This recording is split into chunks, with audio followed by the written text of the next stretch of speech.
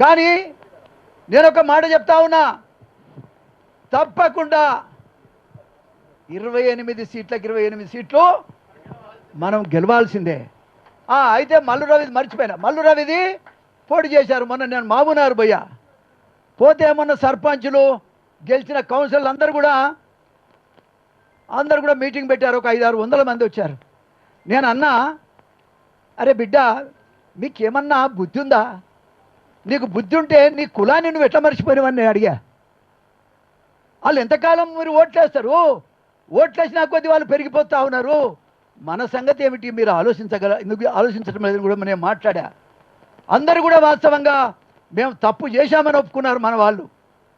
కాబట్టి దయచేసి కులానికి ఓటేయండి, కులానికి ఓటేయండి. పార్టీకి వేసినంత కాలం మనం భ్రష్టు పడిపోతాం, ఇంకా కిందికి పోతాం తప్ప పైకి వచ్చే ప్రశ్నే లేదు. కాబట్టి కులానికి ఓటేద్దాం. ఎవరన్నా ఉండని, ఇద్దరు పోటీ చేస్తే ఇద్దరు మాదిగోళ్ళు అయితే మనోళ్ళు ఎవరికన్నా వేసుకోవచ్చు. మాదిగ మధ్యలో పోటీ జరిగితే మాదిగోనికే గట్టిగా చెప్పండి, మాదిగోనికే మాదిగోడే గడ కూర్చున్న వాళ్ళు నిద్రపోతురా, ఏం చేస్తురా వాళ్ళు? అట్ట కూర్చున్నవేందే పెద్దనా? మాదిగోడికే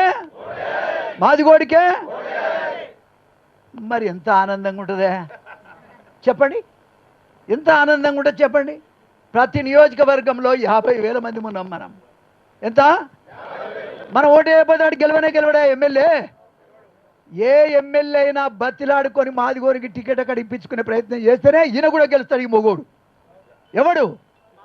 ఎవడైనా కానీ, రెడ్డి కానీ, కమ్మ కానీ, విలమ కానీ, వాళ్ళు గెలవాలంటే మా మాదిగలను గౌరవించినోడు, మా మాదిగలకు గౌరవం ఇచ్చినోడే ఆ పార్టీ గెలుస్తుంది తప్ప మరొకటి గెలిచే ప్రశ్నే లేదు.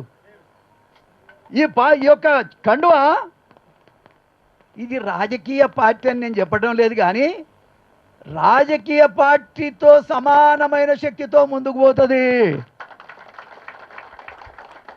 సభ్యులు రాజకీయ పార్టీతో సమానంగా ముందుకు పోతుంది, పోటీ పడుతుంది.